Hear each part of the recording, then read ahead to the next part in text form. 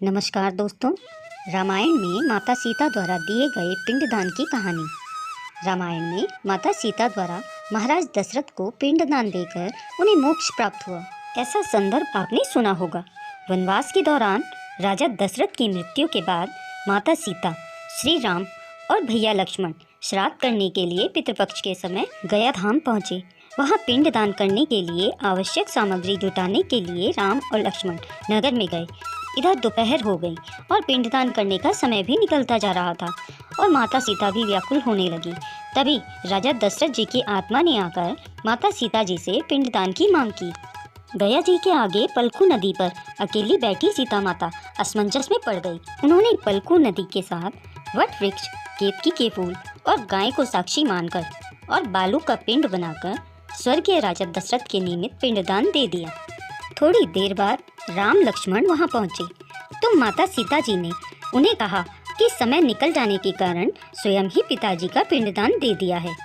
बिना सामग्री के पिंडदान कैसे हो सकता है, यह सोचकर भगवान राम ने सीता जी से प्रमाण मांगा।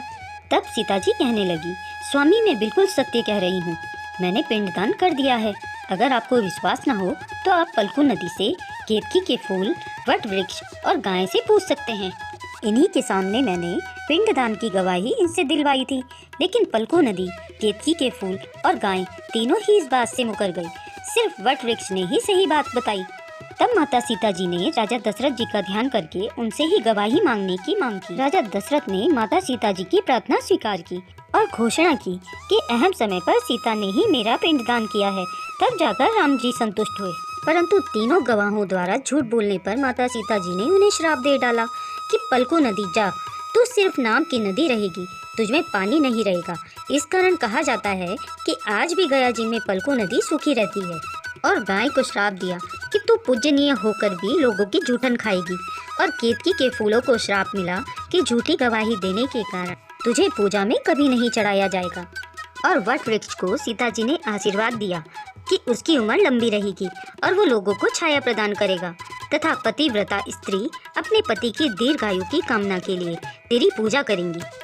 यही कारण है कि गाय माता को आज भी झूठा खाना पड़ता है, केतकी के फूलों को आज भी पूजा में नहीं चढ़ाया जाता और पलकू नदी के तट पर सीता कुंड में पानी के अभाव में केवल बालू और रेत से पिंडदान किया जाता है। हिंदू धर्म में पितृपक्ष का बहुत महत्व होता है।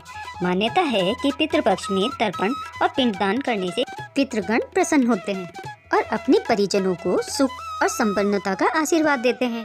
शास्त्रों के अनुसार जो पितृपक्ष में इन कथाओं का श्रवण करता है उनसे पितृगण प्रसन्न होते हैं।